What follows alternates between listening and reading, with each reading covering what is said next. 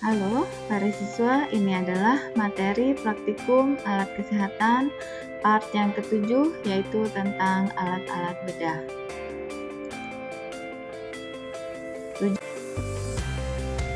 Pembelajaran kita masih sama, yaitu agar siswa dapat mengidentifikasi nama dari masing-masing alat kesehatan ini dan juga dapat menjelaskan fungsi dari masing-masing alat-alat bedah yang ada di video ini.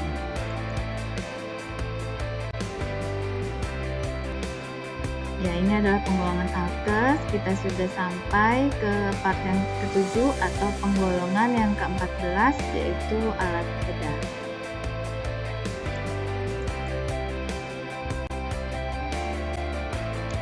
Alat bedah yang pertama yang akan kita pelajari adalah scalpel atau pisau operasi. Fungsinya untuk merobek jaringan pada saat proses operasi. Terdiri dari dua. Ada scalpel blade atau pisaunya saja, kemudian scalpel handle atau pegangannya saja. Namun ada juga yang sudah jadi satu kesatuan, ini scalpel. Ada juga yang terpisah, yang bisa terpisah, handle dan blade atau pisaunya. Ini keduanya adalah scalpel.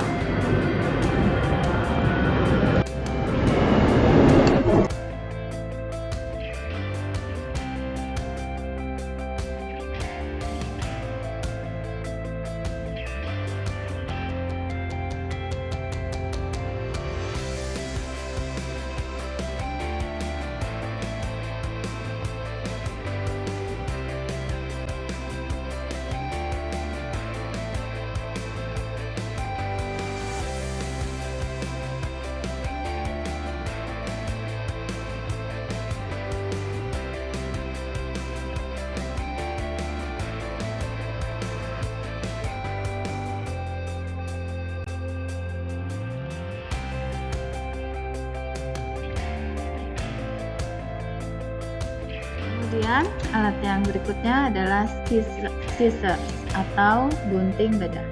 Scissors ini digunakan berbeda-beda, makanya namanya pun berbeda. Yang pertama adalah bended scissors untuk menggunting perban. Bentuknya seperti ini, ya, melengkung di bagian ujung. Gunting untuk menggunting perban. Bended scissors. Kemudian yang berikutnya adalah gunting operasi atau kita sebut surgical scissors atau operating scissors. Ada beberapa macam. Kalau di gambar ini ada 3 macam. Kalau kedua ujungnya tumpul, kemudian yang kedua salah satunya lancip, atau kedua-duanya lancip. Ini contohnya yang kita punya. Yang kedua ujung tumpul. Kemudian kalau yang ini,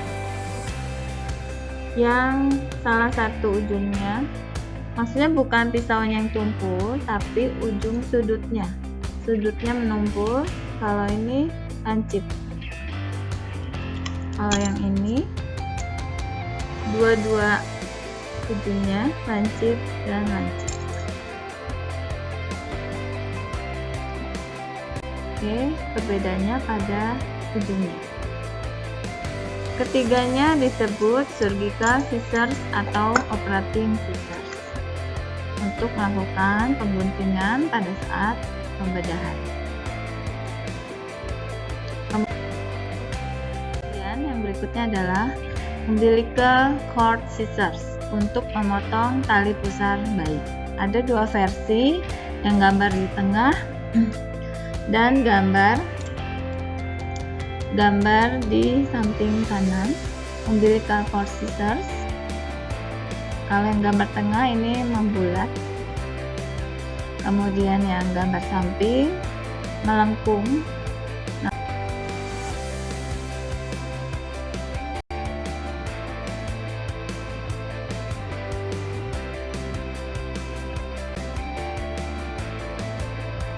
Yang ketiga, bagian yang ketiga adalah forceps.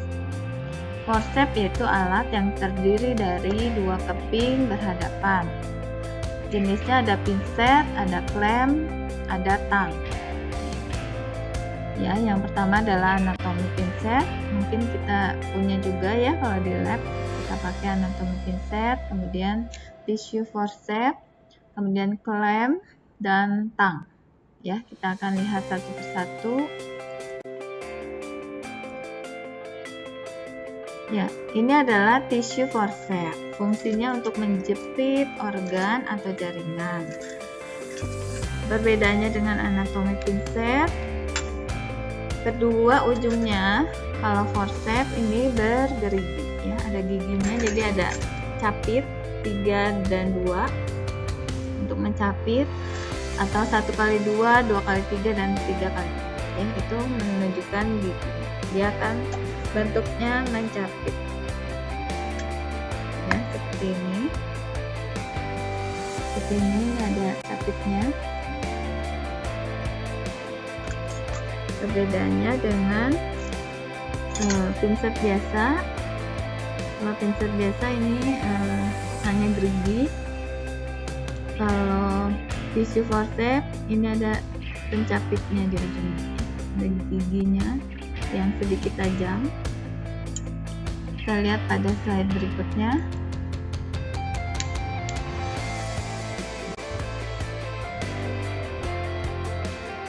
Ya, perbedaannya anatomi pinset, tissue forceps. Yang anatomi pinset gerigi biasa, tissue forceps ada pencapitnya, ada giginya, ya, ini. Oke, ini yang tisu ini ada capitnya ya. Capitnya ini yang ibu pegang ini 1x2 ya, jadi satu pencapit dijepit oleh capit. Kemudian yang ada lagi ini dulu 3x4 ya, jadi ada 3 dijepit 4. Oke, kita lanjut. Nah, ini adalah jenis-jenis klem dan tang. Ini contohnya ada abdominal aorta clamp, abortus tank, dan Kugel tank ya. Kita lanjut. Yang berikutnya adalah needle holder. Ya, ini adalah needle holder ya. Bentuknya seperti gunting, tapi dia bukan gunting.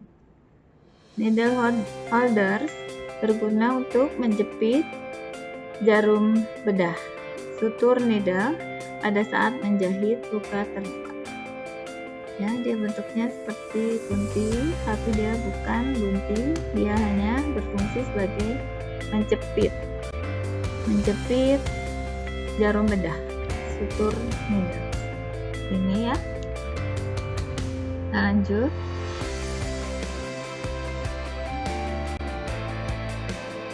Ya, yang berikutnya adalah retraktor, digunakan untuk menarik luka ya, menarik luka sehingga bagian tengahnya terbuka lebar untuk membuka luka ya. Setelah sayatan pada operasi, kemudian ini alat untuk membuka sayatan, retraktor ya. Oke, kita lanjutkan.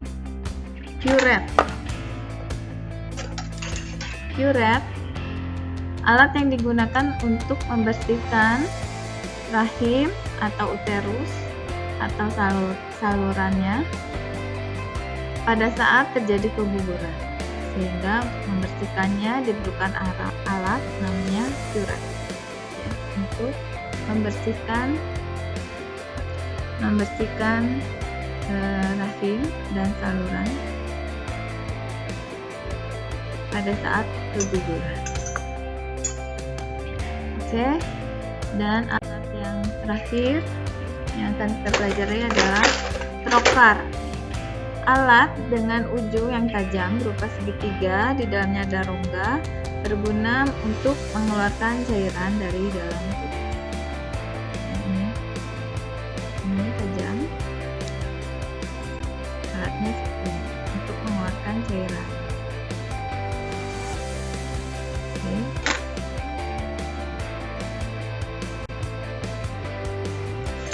Baik, demikian adalah materi praktikum Alkes part yang ke-7 tentang alat kesehatan.